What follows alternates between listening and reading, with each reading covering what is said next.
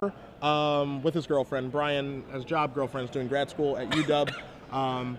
He decided to take the move with her over here, and some of you guys, viewers from Salt Lake, probably know who he is. But for you guys that don't know him at home, he lost his win-in match at Pro Tour Barcelona. Oh, okay. A little while ago. He's playing the Pro Tour a handful of times. An accomplished over here. Yeah, doing quite well. He has a couple top 16s in the Star City circuit as well. Sure. But you know, we don't come to Utah, that area, very often. Yeah. So today I was talking to him during deck building, see what he was playing. He said, I haven't played Standard much. Blue White Flash looks like the best deck, so I'm going to play that. And here he is at 6-0 playing for top 8 right now. There you go. And there's JR on the left. He's playing 4-color Reanimator. We saw him playing this earlier. He's going to play a turn 2 Mulch, take a Temple Garden, putting in Unburial Rites, among other things, into the graveyard. And the Blue White Flash deck here for you guys are probably used to this right now. Adam Prozac's little child that he has developed here. Just a deck that plays mostly on the opponent's end step. I don't think he's made any wild changes to the deck. He does have a second Rewind. He also has 2 Sphinx's Revelation, where Adam did have 1 initially, and Adam said he wanted to play 2. So, yeah, not a huge deviation from Adam's list. He is also playing Cavern of Souls, I notice. Yeah, he does have 2 copies of that as a concession, kind of to the mirror, most likely. Yeah. As we're going to see a Think Twice here on the end of John's end step. John did just mulch again, found a Rootbound Crag, put some things into the graveyard, so he's just getting set up as his Reanimator deck is aching to do. Now, do you think that this matchup favors the Flash deck? Because Reanimator really has a couple pressure points that it just needs to try and to get. But in the longer the game goes on, the more, you know, you can just start casting your giant animals and not needing to cast and then flash back your Unburial Rites. Yeah, it's kind of interesting. I'm not entirely sure who is favored in this matchup. It seems like it's very swingy back and forth. One card that I know is a huge problem for Bryan's deck is Lingering Souls, which JR is flashing back right now. Right. Being able to cast both ends of that card in this matchup on turn 3 and then on turn 4 flashing it back is huge. Yeah, without a Syncopate or a Dissipate to be able to deal with it, there's absolutely nothing in the Flash deck that really deals with the Lingering Souls. Yeah. And, you know, Restoration Angel does like a decent job of it, maybe trading off Morrowind Haunt token, right, stuff like that, but there's no real clean, efficient way to deal with the Spirit tokens once they're in play. Yep. So we're going to see Bryan Thought Scour here in response to Lingering Souls, mills a Syncopate in the Plains, draws an island, Lingering Souls does resolve. So John actually has, yeah, you can consider this to be a threat, as we see Azorius Charm cycled here in the end step as well. Blue White Flash is a deck that is exactly the type of deck I expect Adam Prozac to play. And it's exactly the kind of deck I don't want to be playing, because the margins are so thin. It's like Rug Delver and Legacy. I'm just not that player. Yeah. Like, you mess up once, you counter the wrong spell one time. Yeah, Brainstorm wrong, dead. Ponder wrong. Yeah. Yep. And I just can't handle it. But Prozac obviously is a master of, you know, casting exactly the right spell at exactly the right time, knowing what matters. I'm not that good at Magic. Yeah, I personally don't sequence very well with those kind of decks. I sequence much better with, you know, creatures, yeah, and what order to play them in and when to extend. I think that you and I might be the 2 biggest fans of Gold Medal Stalwart on the planet. It's close. It's close. Yeah. It's definitely close. I definitely leave the camp. Now, whoever wants to take second place in the camp, that's fine. That can be a position that can be fought for. I can have a VP. Yeah, I'll take as many as I'll take as high a position there as I can. As we see a little bit of trading back and forth, Thragtusk got countered, Lingering Soul token got bounced. Well. Huntmaster also eating an Essence Scatter. Yeah, Bryan actually has 8 counter spells, which usually this deck runs 6 or 7, right? Yeah, it runs in between like 7 to 9 main deck. And Bryan's counter suite is 2 Rewinds, 2 Dissipates, 2 Essence Scatters, and looks like 2 Syncopates. Now the thing about JR's deck is, yeah, it is Reanimator, and yeah, he's getting his spells countered, but JR has way more threats than most Reanimation decks already do. Like, he's got Huntmaster of the Fells, Thragtusk, and Centaur Healer, in addition to the Craterhoof Behemoths, Angels, Serenities, and the must-counter Unburial Rites. Yeah. Plus Lingering Soul. So he's eventually, you would think, Bryan is going to be like, counterspell, Snapcast, counterspell. You're going to run out eventually, though. Yes, I mean, he only has 8, and then the 4 Snapcaster mages. And unlike Delver, there's no clock. Yes, and some of the counter spells in Bryan's deck are situational. Like, there's nothing saying the Syncopate is going to actually get something. Exactly. Depending on how John plays, as we do see the Unburial Rites that you spoke of being rewound. That's right. Urza's Saga rewinds and 10th edition unsummons. I would have preferred to see, like, older, but it's fine. I'll let it slide this time. So we're going to see Faithless Looting attempt to get flashback here. It's going to resolve. Yeah. That's a couple of hoofs. No, that's a hoof and a Thragtusk. Beastly friends. Yes. Now, JR is playing one main deck Cavern of Souls and one out of the sideboard. When that name's Beast, the blue-white flash deck is in quite the bit of trouble. I would incline to agree with you yet again. As Bryan is taking a look through the graveyard, Cavern, as Patrick and I talked about earlier today, is a natural card for people to go to try to be able to beat the flash deck. Yeah. And again, the flash players know this, and it is a card that is clearly good against them, but it's not a card that they are dead to. It's a card that they can certainly beat, as we see Bryan trucking through his deck here with some Thought Scours, revealing a couple of cards. Furiously Thought Scouring. So he's going to end of turn Restoration Angel here. Okay. And this is going to be an enormous Runechanter's Pike, I think, is what Bryan has in hand. Representing a... Oh, nope, never mind. Just yeah, a Runechanter's Pike was going to be enormous there if he had one. I mean, one thing about this deck, Ruben, is it's just all about velocity for Blue White Flash, just getting through its deck as fast as it can, stocking the graveyard for both Snapcaster Pike and additionally Moorland Haunt. Yeah, and John's deck also quite fond of the graveyard, stocking up its graveyard as fast as it possibly can, eschewing the Thought Scours and other, you know, think twice, just kind of drawing and discarding and things like that. Instead, filling its graveyard with, you know, much, much, much bigger but more varied looting effects in Grisly Salvage and Mulch, and Faithless Looting. Speak of the devil and he shall appear. Grisly Salvage put on the stack as well. There's the fifth one. Yep, and so this is likely going to snag this Thragtusk. He's got Angel, Craterhoof, and Land in hand, so he is able to cast whatever he wants next turn, including the Hoof. I think he would have liked to have found the Crater or the Cavern of Souls there, but again, when there's only one. I feel like that's one of the cards that he's like secretly digging down to.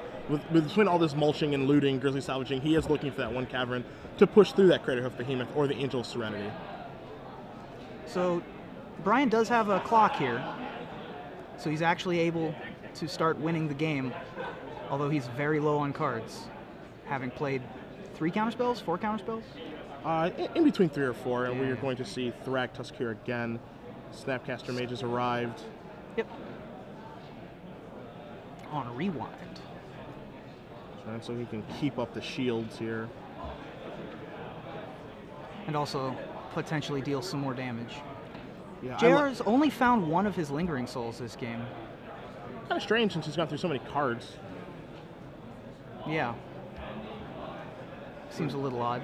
We're going to see a Faithless Looting here, and I actually like Bryan's play quite a bit of Snapcaster Rewind that turn. I was a little skeptical to begin, and the reason I ended up liking it is because he has another Snapcaster Mage in his hand, so he can Snapcaster, you know, Snapcaster Essence Scatter or Snapcaster Syncopate. So JR found both Lingering Souls with that Faithless Looting. He discarded one of them as well as the Craterhoof Behemoth. He's going to attempt to flashback a Lingering Souls, and either go for the big kill with Craterhoof next turn, potentially. Sure. One is going to stand in front of the Snapcaster Mage. The other 2 are going to stay behind. Take it right on the chin. Oh, he discarded the Craterhoof. So he's going to try to Unburial Rites Craterhoof. Oh, and there's another one. So check that out. So it looks like he may be... this will be +3 for each of his guys, so 4, 8. 5 is 9, 10, 11, 12, so it's not quite lethal yet. Yep, he's just going to keep playing Lingering Souls. Now, he does have another Snapcaster Mage to be able to Snapcast Dissipate, correct? That is correct. Seems like the likely... Or just cast a Dissipate from our hand. And so this does leave access for Bryan for Snapcaster Mage plus Essence Scatter or Snapcaster plus Syncopate. Yep. And that is the Syncopate we see. Quite the impressive series of plays there. Well, you'd think he'd run out of counterspells, but didn't seem like he did at any point. John trying to hold on as we're going to see some blocking here. Yep. Oddly enough, and Bryan alternatively trying to hold on and get through those last points That's of right. damage. And now he has a Moreland Haunt, so he can start throwing guys at the problem. Although Angel of Serenity is going to throw a kink in the works. Ah! Does this resolve? That one's finally going to resolve. We finally beat him down enough. Well, Bryan has it now. Bryan's last card is Azorius Charm, so he can consider cycling this and trying to hit some sort of counterspell or a Snapcaster Mage. It's going to be tough. He's run through a good amount of his counter magic. Yeah, he's cast 5 or 6 now. They all start blending together once you. Even when I'm playing, I'm just like, how many spells have you countered in mine? And that's the problem with the blue-white flash deck, is that it is very similar to the Delver deck, but it does not have a clock like the old Delver decks used to. And you can't afford to run Delver of Secrets in this deck because there's no way to set yourself up with Ponder, even though you're running basically the same number of instants and sorceries that you were in old Delver. You just, you have 5% less of a chance to flip your guy when you can't play your Ponders. And even in addition to that, looking just over this deck list, if you're going to play Delver, you have to make room for Delver. Yeah. So, there's not 4 slots just magically appearing. Right. You do have to cut some cards to fit the card in, and that's not particularly easy to do, as we do see Angel of Serenity resolving, bringing back an Angel of Serenity and a Thragtusk in John's graveyard. Restoration Angel going bye-bye, but another one here to go Hamph. That's right. On a Spirit token. Now, Bryan is hellbent, so he's living off the top of his deck. Not a place where the flash deck really wants to be. Although he does have the Moreland Haunt, which should be able to help a little bit, although not sure how much it's really going to help. You see JR draws himself a Dreadbore this turn. We're going to see Faithless Looting. I'm going to draw him a Huntmaster of the Fells. And a Grisly Salvage. That Grisly Salvage is probably going to hit the graveyard, I guess.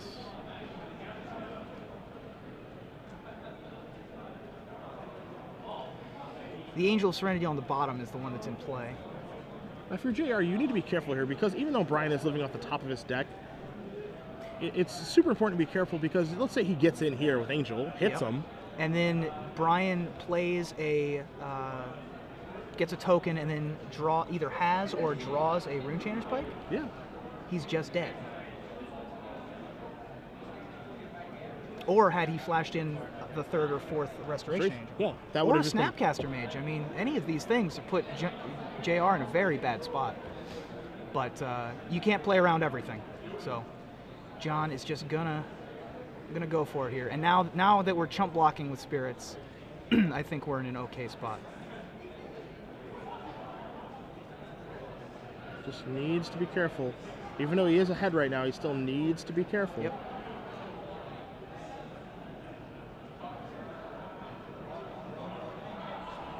And Bryan going to take 5 more. It looks like we're going 3-3. Yep. Toe to toe. And this Huntmaster is going to come down and put JR back up to 5, which isn't terribly relevant at this point. Like, Bryan either is going to get it or he isn't. Yeah, Restoration Angel's still going to do it. Yep. Pike was always going to do it. Snapcaster Mage will not do it anymore. Yes. But I think that if he had had a Snapcaster Mage, that was going to garner a lot more value than whatever he's planning on doing at end of turn step. There's a Huntmaster of the Fells for John. We do know that he also has a Sever the Bloodline in his graveyard, which is interesting. It's a card that he could have cast on those 2 Spirit tokens. But now he's in a situation, kind of crossing his fingers, hoping he doesn't die. And he won't. Doesn't look like. See, Glacial Fortress. It's also super important for Bryan to cast a spell here this turn, because Huntmaster's threatening to flip. Yep, and that's the end. So JR is going to take game 1 against Bryan Hawley playing Blue-White Flash. Moving quickly to the sideboards here. What do you see Bryan bringing in?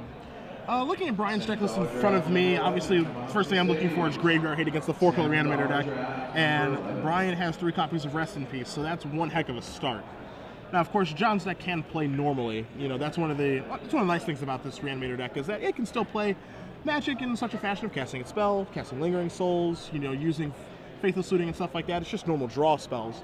It's clearly not as powerful this way, but it's definitely something it can do. He could board in Supreme Verdict, which he does have 3 copies of, but I don't really love that here. 3 Talon Sky Summoners, I'm not entirely sold that that's what this matchup is for. 2 Clones, which are nice because, I mean, it's a reanimator deck. There are a million good targets.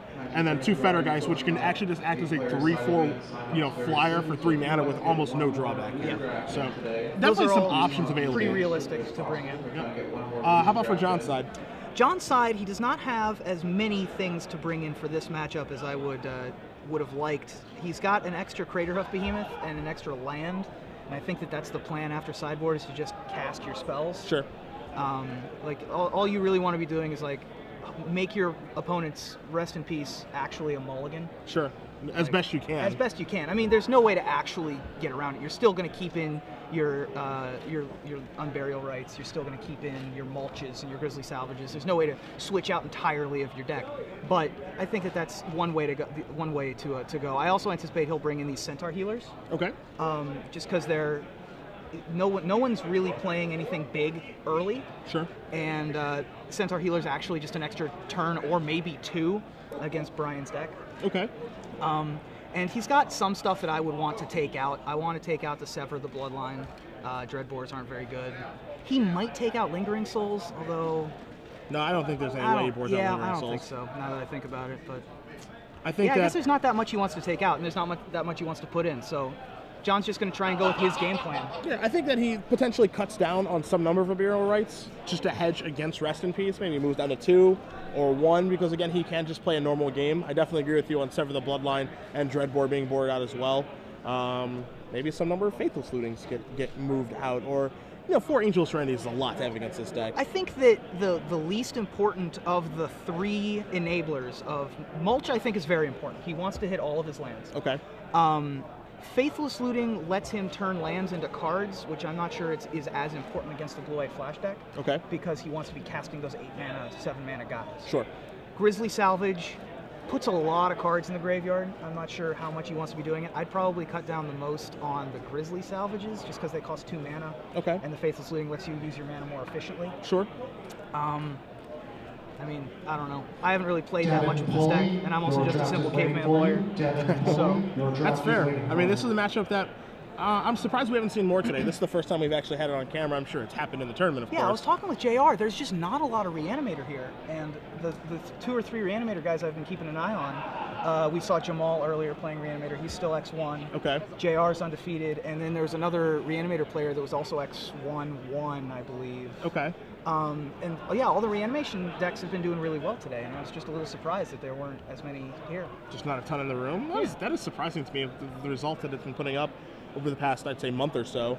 Grand Prix Auckland had a nice showing there. It's had a nice showing on the Open Series circuit as well. Justin Upples had some nice performances with a different take on the deck. Magic Online results as well, so it is a little bit surprising. A little bit, but for some reason, Seattle's weird. We sure are. And you go to Portland and there are no Delver decks in the top 16, and then a Delver deck wins states after rotation. Yeah. So doesn't make a ton of sense. I can't really argue with you on that. It's okay. It's okay. I'm all right with it. Keeps things interesting. So you see, John did take a mulligan to 6. Bryan to keep his opening 7. We see a Faithless Looting here from him. He's going to get some things set up here. Find some lands.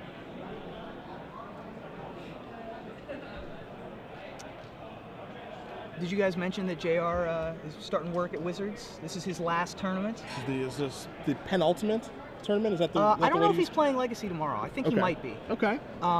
He says he has Dredge. He doesn't know if he wants to play it. But yeah, this is his last competitive weekend before he starts work on Monday.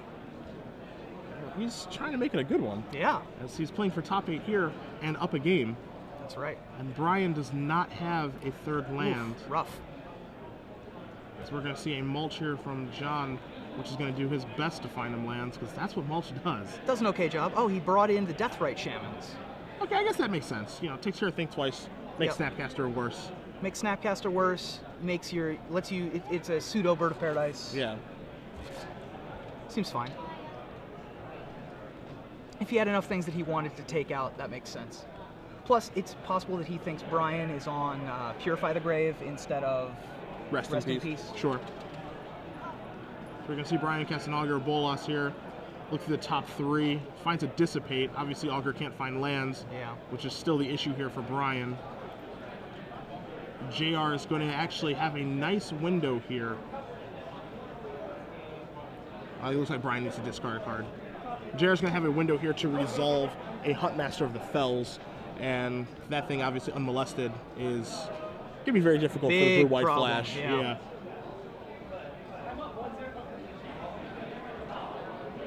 This is another problem that I run into with the blue-white flash deck every once in a while, is that, like, you're cantripping a lot, sure, but you just sometimes just don't hit the 3rd or 4th land. Yeah, I've seen that happen, actually, oddly enough, quite a bit.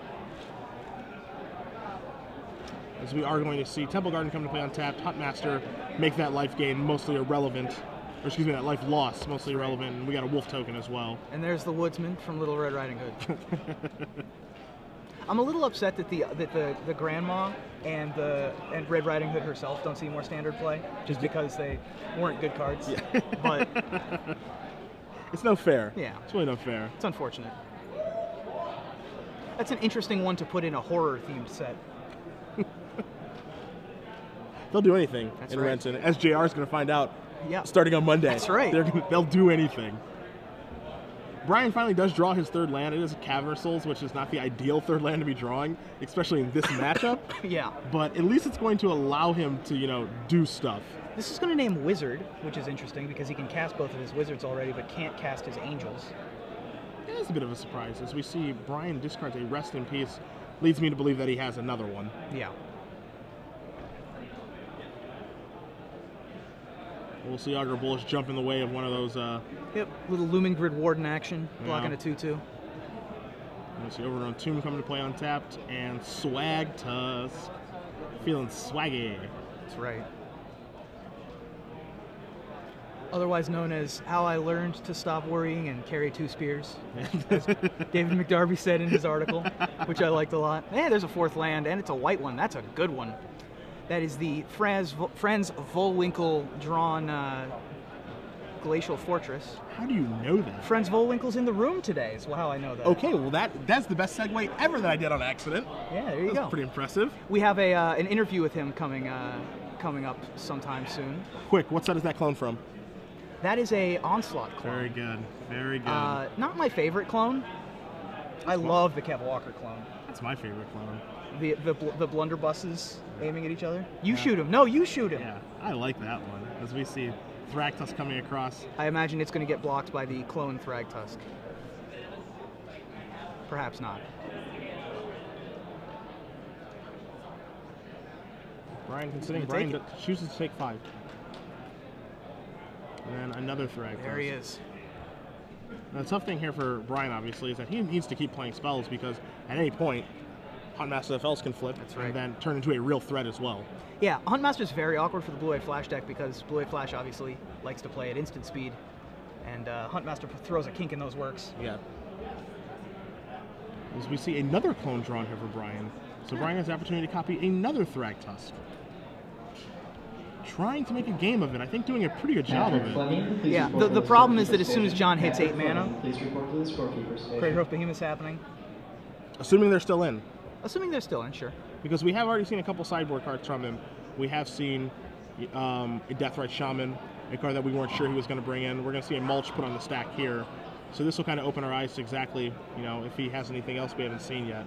Ooh, there's a Crater There's Hoof. the hoof. And there's also a Sever the Bloodline. Those are all going to hit the bin. Those are quite good. He also brought in the Ray of Revelations, anticipating the Rest in Peace. Sure. So we've got Unburial Rites going to the bin with another Crater Hoof and some lands going to the hand. So he's going to have 8 lands eventually. Now, the problem here, obviously, for John is that I think he can kind of suspect Rest in Peace is going to happen. Yeah, that Bryan does have a Rest in Peace because he already discarded one. Yeah. And now is as good a time as any to do that Rest in Peace. We're going to see Faithless Looting flashback here. Yeah, I think that John's deck is better able to handle that now, though. He's going to have, he's going to be able to dig deeper into his deck with the Grizzly salvages that he has in hand. And Bryan being able to only cantrip They both have 2 Thrag Tusks, and one player has a Huntmaster and the other one has a 1/3. And that looting on top of John's Greer, they actually just caught it. That one was supposed to move from game, so glad they were on top of that there. And Bryan and the table judge. John looking through his graveyard, there's some Burial Rites, there's a Sever down there, there's some more lootings. Both Crater of Behemoths, those guys are all going to go bye-bye eventually. But as you said, Grizzly Salvage is still a card that lets you play a normal game of Magic, even though Rest in Peace is in play. Yeah. And so many beast tokens now. It looks like he couldn't trade fast enough. Yeah. With those 2 clones.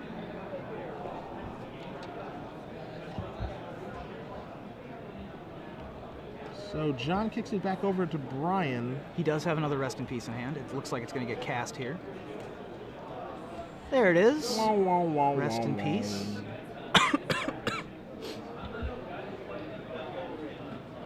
Now he also gets the opportunity to represent both Essence Scatter and Syncopate this turn. So Bryan is doing a pretty nice job. Still Huntmaster, still a very real problem here, though. Yep. Fortunately for Bryan, all of his creatures have 3 toughness. But John has Thrag Tusks left in his deck, and Bryan does not have any more clones. That is true. And pass back, So, make an attempt here. Yep, and he's just going to get unsummoned. Okay. I think that was fairly pie in the sky to hope that there wasn't going to be an end of turn spell. Yeah. Well, it's kind of nice for John because he does have a couple Grizzly Salvages in his hand. I think passing there is kind of It's fine. The word "free" doesn't make great Right. sense, but I think you understand what I mean. So Bryan indeed has both Essence Scatter and Syncopate in hand now. Can Bryan confidently pass back here?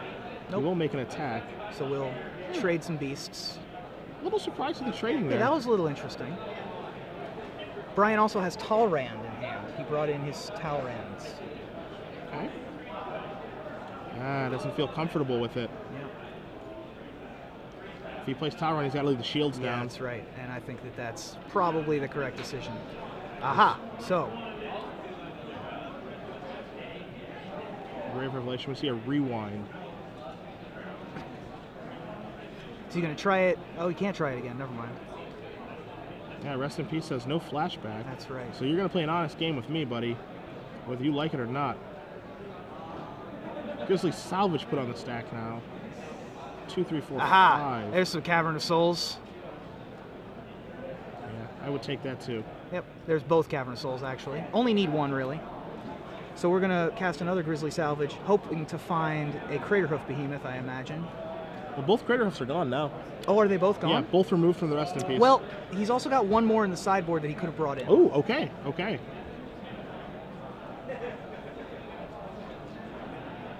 Looks like Bryan's going to syncopate here. If he syncopates for enough to make John unable to pay, he's going to leave only 1 mana left. And John will be able to untap and cast whatever he happens to draw. We do see Syncopate. All right. And also, he's going to be able to flip this Huntmaster. Aha! Angel. That's a good draw. That is a decent draw That is step. a good Magic card. Does he have 3 white? Uh-oh. He does. He has Temple Garden, Sun Petal Grove. He may have to name Angel with this cavern. I see the Clifftop Retreat, actually. Oh, okay. Okay, so Angel is a relatively good draw. It's not great, obviously, because he doesn't get to get anything back with it. Yeah. So it's just going to be a 5/6 monster and, remove stuff. And I mean, that seems completely reasonable. Yeah. Butcher your entire team, 5/6 flyer. That's mediocre. Yeah, that's just like decent-ish. Yeah, sure. This is a flyer that's bigger than everything you have in your deck. So one heck of a draw step there from John, looking to get this game back in his favor. We're going to see Talron. There's the Sky Summoner. And again, Bryan does have to cast a spell there. He can't just pass, not because he's behind on board, but because Huntmaster, again, looming. Pretty safe attack. Bryan's going to take 9 here. Okay. Oh. Okay, Magic is fun Sure. and easy. Yeah, completely reasonable draw steps. This is his last tournament before Wizards? Is that what you said? Yeah. Is this how you got employed? Yeah, you ran good. Sure. Back-to-back Angels, Serenities, for J.R. Wade, where Bryan was already in some trouble, as we see Restoration Angel main face, kind of a, ugh, Yeah. I have to do this.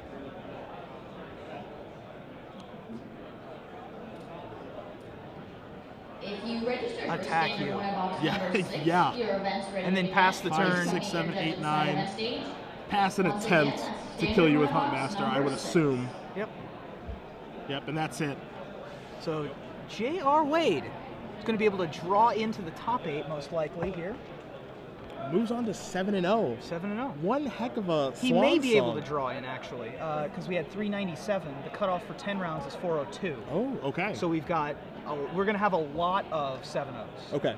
So I don't know if he's going to be able to draw. So not for sure. Right, not but for as sure. close as you can get. But you know what? 7-0 is the best you're going to be able to do at this point in the tournament. Here's the thing: you draw like that, you don't need to draw. That's right.